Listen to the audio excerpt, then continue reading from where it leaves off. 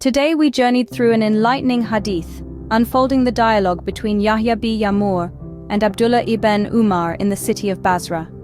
We explored the profound questions raised about divine decree, or qadr, and the wisdom-filled response that affirms belief in qadr as integral for acceptance of our actions by Allah. We also delved into the three fundamental pillars of our faith: Islam, Iman, and Ihsan, as beautifully explained by the Prophet Muhammad, peace be upon him.